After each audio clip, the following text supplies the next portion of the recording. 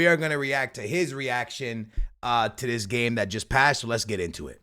Liverpool 3, and it's the same old story for Manchester United and Erik Ten Hag. And the big question has to be why? Why have Manchester United not solved a glaring issue when they knew they had 3 Premier League games before they signed Agate? Why was that not done sooner? And why is it so okay to give up on 6 points in the first 9 to sign a player that you paid what PSG wanted anyway? Yeah. Why are we still making similar mistakes to that we've always made? And also, it's time to call it out. Erik Ten Hag is sacking himself.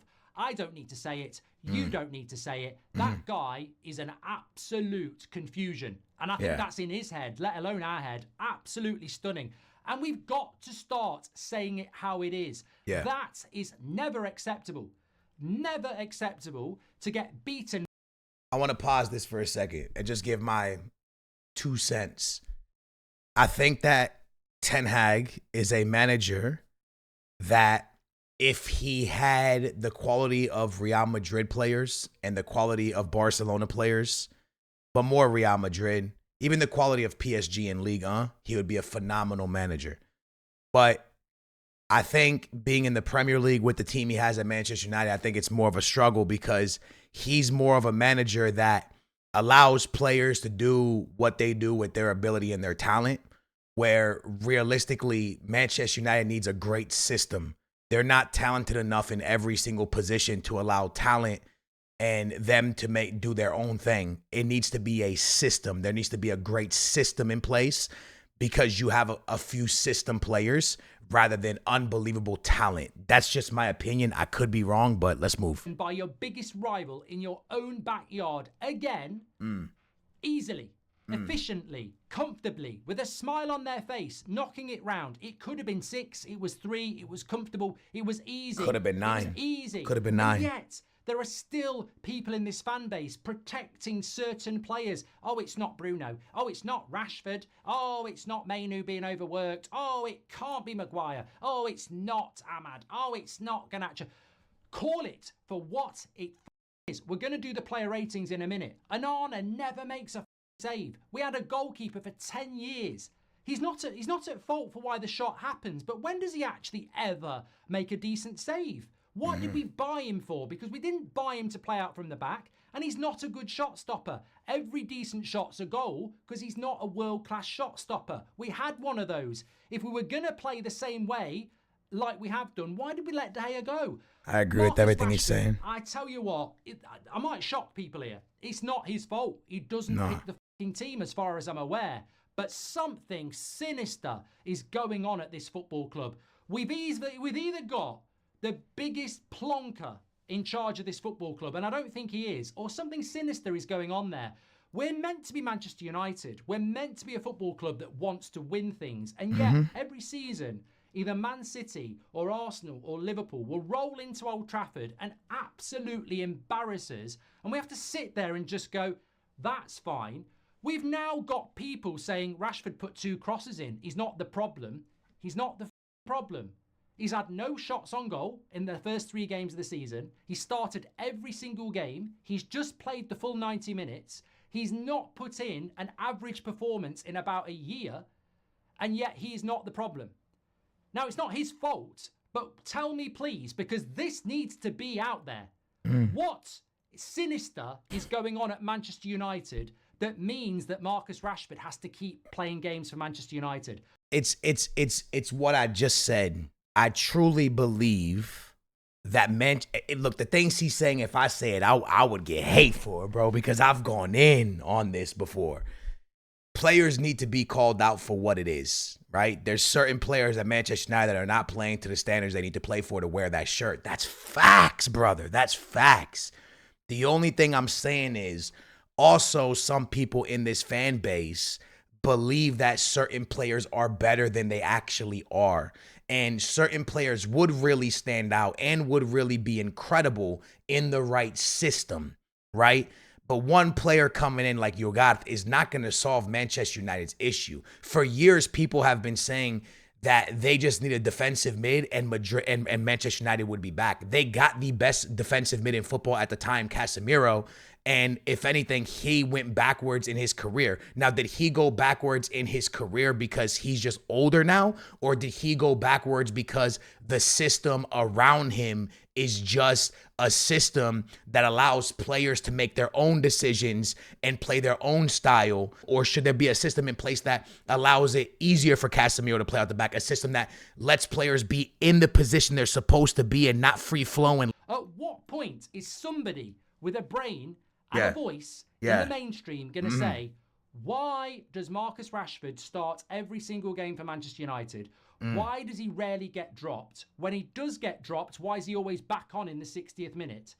Ten Hag spent £80 million on Anthony and kept him on the bench all game today. Marcus Rashford plays the full fucking 90. Garnacho hasn't even started a game this season. He's on 70 minutes, off you go. Ahmad comes on. Ahmad should have fucking started. Player of the month, scored last week. He gets benched. It's all to accommodate Rashford. Like, I'm not even blaming Rashford because he doesn't pick the team. But what is it about this player that I'm missing? Why is he the obsession every fucking game? You can't carry players in the Premier League. He's a 6 out of 10 at best. 2 crosses into the box. Fucking start him for another year and a half then. That is not good enough for 350k a week. That's not good enough. And if you think that's good enough, you're a fucking idiot. And then there are bigger issues than that, but I just want to say it because I'm tired of it. I'm tired of the favoritism. We will never progress as a football club when we keep with favoritism. He should not have started the game today. Should have been Ahmad on the right. Garnacho's now having to play out of his best position to accommodate Rashford. Ahmad's having to go as our best right winger to the bench, and then 2 crosses into the box, and it's fine. He'll start against fucking Southampton.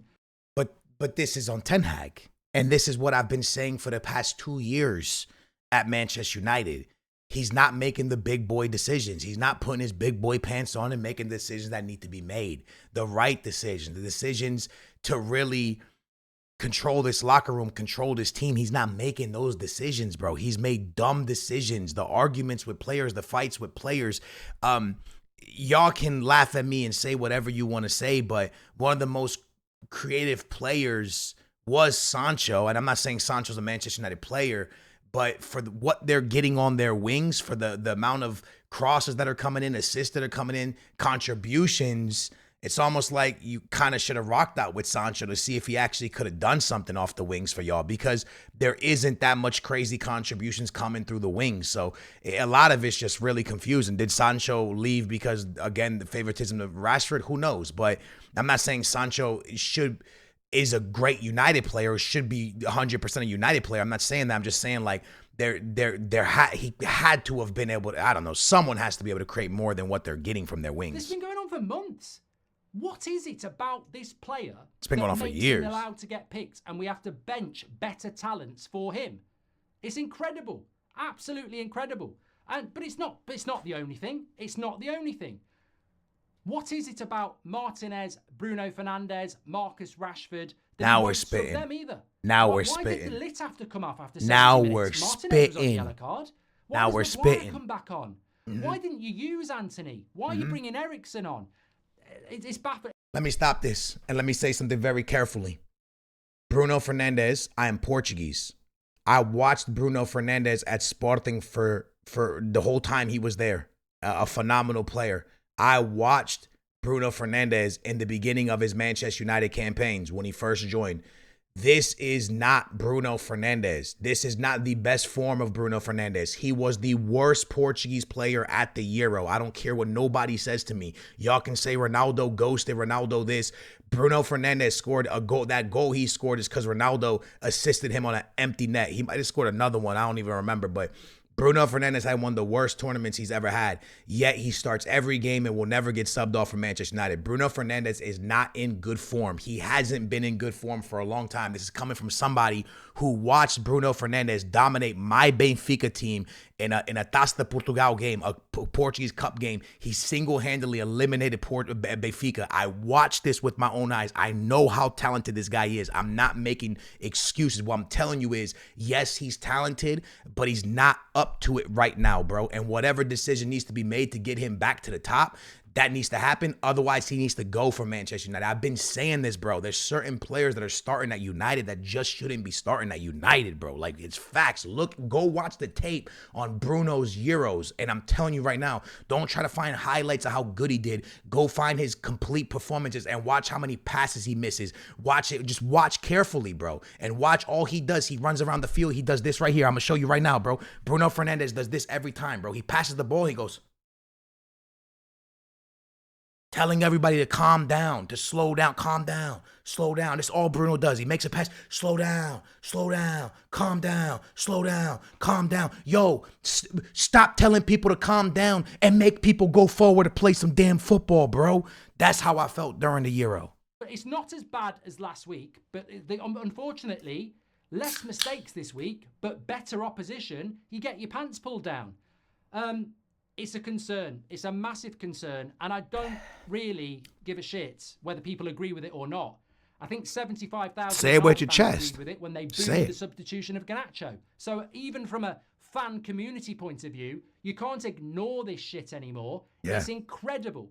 And if Ten Hag wants to come out and say, oh, that stupid analysis from Alan Shearer or that stupid booing from Man United fans, I'm very happy with the way he's playing. Well, maybe you and him should go and manage a club that's of a lower standard, because I agree. You cannot carry players at this level. And if think 350 grand a week justifies that, or you think that Manchester United should be a vehicle for a player to rediscover their form they lost 18 months ago, then who the fuck are Manchester United? Go on, say it with your chest. That's what we are. It feels like we're a vehicle for an expensive player that we made a mistake on to rediscover his career. And the last time I checked, it was Manchester United FC, not Player FC. Let's go. That's what it feels like. It feels like, I don't think Ugarte is going to solve Man United's problem. He's not. He's great, though. He's great. I think we are going to compete for the top four with the same stupid decisions being made. No. It's incredible to me. No. It's incredible. No. But look, and many people will say, why are you not Ten Hag out? Well, because it's the third game of the season. Why did the back line get changed? Gold, I wish you could answer this for me, bud. Why did he change the back line? De Ligt hasn't started a game this year. Why did he change the back line? Why did the back line need to be changed? Was the back line the problem for the other 2 games of the season? Was the back line the problem? Or was it the issue of not scoring goals, right? Like a late goal in the first game, only 1 goal against Brighton or whatever it was. Why does the back line need to change? Has Harry Maguire been bad? Like, why? Like, what happened? What changed? Why? It was De Ligt just now he's ready, so let's go, because De Ligt wasn't good against Liverpool. He made bad passes. Why did you decide to throw a player into that game against a rival and against a very difficult opponent? Why make it that his first game? Why? Season, and I just think that that's incredible to say that after 3 games.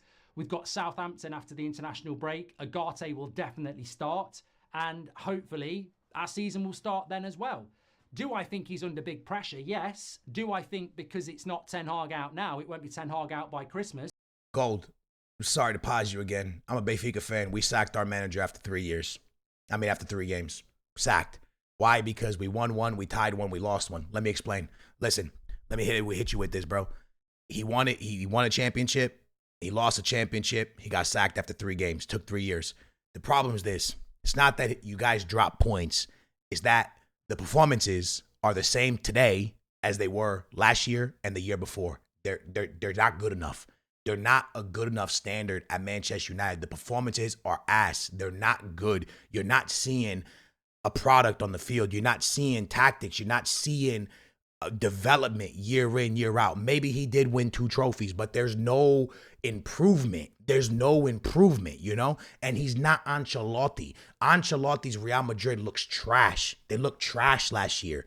But he's Ancelotti, so you give it time, and then he won a Champions League. Ten Hag is not Ancelotti. You can't give him no more time, bro. You can't keep giving this guy time and allowing him to allow it to be player FC and allow the club to go in this direction. Because the longer you mess with Ten Hag, the longer it's going to keep setting you back and resetting you and setting you back and setting you back, because he continues to have problems with players, and that's a problem for Manchester United. I could be wrong. It's just my opinion, though. He's given himself no room. He's given himself no room. I think in the summer, there was a movement to sack Ten Hag, and they may be feeling very justified at the moment. But there was a vast majority behind Ten Hag. And we must focus on Ten Hag here. We mustn't bury this under the sand. We must discuss this for a moment. Ten Hag had a massive amount of support in the summer to stay in the job. Huge from myself and many of you. And that was justified. Maybe it wasn't, maybe it was. But what he has done in the last 2 weeks is erode that. And when you've got 75,000 fans booing your substitutions, when you're being humiliated by Liverpool at home. Same thing happened to Benfica. We've seen this movie before. We've all seen this movie before. And we know where it goes. It means you will be out of a job for Christmas. Start booking yourself a nice lodge in Sweden, Eric, because you... But Gold, why do we have to wait till Christmas? Why do United fans have to go through it? If we've seen this story before, we know how this story ends. Let's end the story now and still save the season. There's managers available. There's managers out there at the moment that could be saved maybe. Why throw an entire half a season away if we know how the story ends? Won't be managing on Boxing Day. We've seen this movie before. Bad So start let's end season, booing, trust gets lost. You don't get sacked now, but when your next bad fixtures come up, that's it, you're gone. And there are tough fixtures in October. There are tough fixtures in November. So I think that he is basically sacking himself. He's on the road to that, and so unless something incredible happens after the international break. It won't. After the international break, Agate will start. Casemiro has fucked it. If we want to play I told you so, a lot of people were saying in pre-season, Casemiro's back. Fuck off, is he back? He's it's the system, Gold. I have a bit of sympathy for Marcus Rashford. I have a bit of sympathy for Bruno Fernandes. I have a bit of sympathy for Casemiro, because they're all very expensive players who looked absolute. And I will say this. We're paying 350 grand a week for Casemiro. It's the paying system, the same for Gold. Marcus Rashford, and we're paying 300 grand a week for Bruno Fernandes. That is £1 million a week of talent on the pitch today. They wouldn't get near Liverpool's bench. Not like that. Maybe Arne Slot could coach them into Liverpool bench players, but none of those players would get anywhere near Liverpool's team. Nowhere near. Diaz and Rashford, forget it. Salah and Rashford, forget it. Bruno would not get in that midfield three or in Jota's position. How is that not Ten's fault, though, Gold? That's what I'm saying, lad. Like, how do you look at that and go, if you can see that, you're a guy from the outside that understands football, but this is a coach. If you can see these players just aren't up to playing for Manchester United, and yet they keep getting chose week in, week out, why is Ten not sacked already? Because if you can see it, how can he not see it? It's an easy decision. Bench him. And people will say, well, who's he going to play? He had an entire summer to get somebody to play Casemiro's position. It took this long to get you got it. That's true. That's true. But did he replace Rashford's position?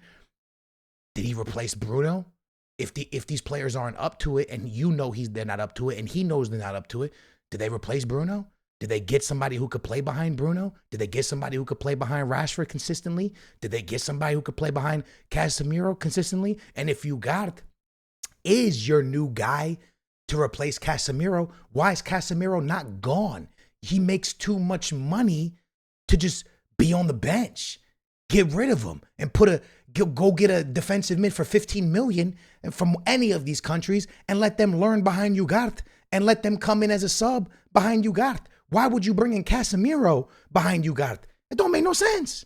Forget it. And Casemiro, I don't think he'd make their bench. So we're paying £1 million a week to Bruno, Rashford and Casemiro to play against Liverpool and get humiliated, knowing they wouldn't even get on Liverpool's bench. And that is a massive, massive problem. So Ten Hag, after the international break, will bring Agate in, Mainu is doing two people's jobs at 19. It's incredible how... I just feel bad for him. But we'll still have problems in the front four. Rasmus probably won't be back. So he'll still pick Bruno, Rashford, either Ahmad or Garnacho will get benched, and then, you know, Xerxes up front. So I don't necessarily think Agate will make us be able to beat Liverpool. Agate would not have made us beat Liverpool today because no shot. There's shit. no shot. There's no shot y'all beat them. Better for it. I mean, look, Casemiro. Do I need to say anything? I think your bloody dog could come in here and give an analysis on how bad Casemiro was. But the funny thing was, you know what? There is a system error. If you want to talk about systems, there is a system error here as well. There it is. You know, we bring now we're talking. The defensive line was still too far away from the attack. What does there that we say go. to me? Yes, Maguire can't play a high line and De Ligt can. But if you don't play a high line, it doesn't matter. The gap between the defensive line and the attacking line is still too big, and the space in the midfield is too much. I noticed something at the start of about 20 minutes. You can't say that. Listen, half. my ball knowledge is not that bad. Some people might remember it. I noticed something that I noticed against Wolves in the opening game of the season last year, and I hated it. So basically, you had two centre-backs. They split. Holding midfielder drops in, Casemiro. There is no one in the midfield, and your fullbacks basically are next to your wingers, and Bruno's up there. And it basically is... You have this 3 and then a 6 and nothing in between. And it's weird. It's really weird. And it didn't work against Wolves 2 years ago. A year ago. And it won't work here. I don't know what it is. It's like we go, holding midfielder drops in, everyone bombs forward. I don't even know what it is we're trying to achieve. But in the second half, it happens again. Mainu gets the ball. There is nobody near Mainu. He is the holding midfielder. His 8, his 10, his right back. Nobody's anywhere near him. And then Liverpool swamp him, win the ball back 3-0. Now, look, Mainu made a mistake. Casemiro did it twice. Those players need to be called out for losing the ball. Casemiro was a fucking disgrace in the first half. But that's systematic. I want to stop him. I think we've seen enough. And I just want to say to y'all, Maino did the same thing that Casemiro did. And it's if you go watch my video that I made, and I'm not even a United fan, I made the video of Manchester United versus Liverpool, and I said it over and over, and I'm going to say it over and over. Casemiro is still a world-class player. Maino is a world-class player. I don't care if you're a world-class player.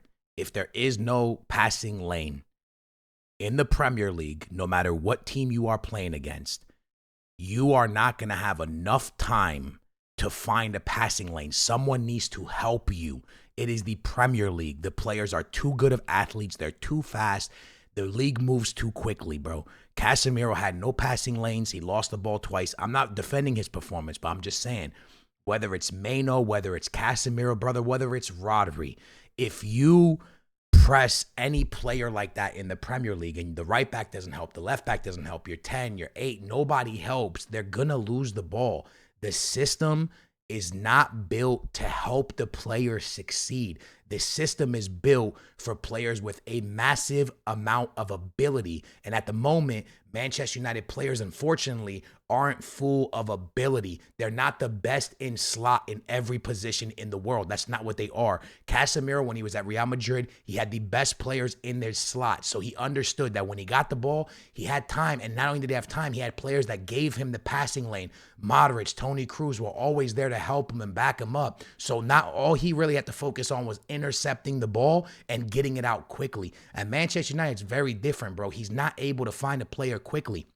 The system needs to be built around the players, helping them succeed and back to the basics. Instead, it's a system that's built around players with ability, and it's hard to show your ability in this team right now because it's so discombobulated, bro. I've been Ten Hag out for a long time. I'm going to remain Ten Hag out for a long time. I don't know who solves the issue. I don't know who's better than Ten Hag, but in my opinion, something's got to change because I feel like the system's the problem. Gold, amazing video. If you guys want to check his video out, link will be in the description down below.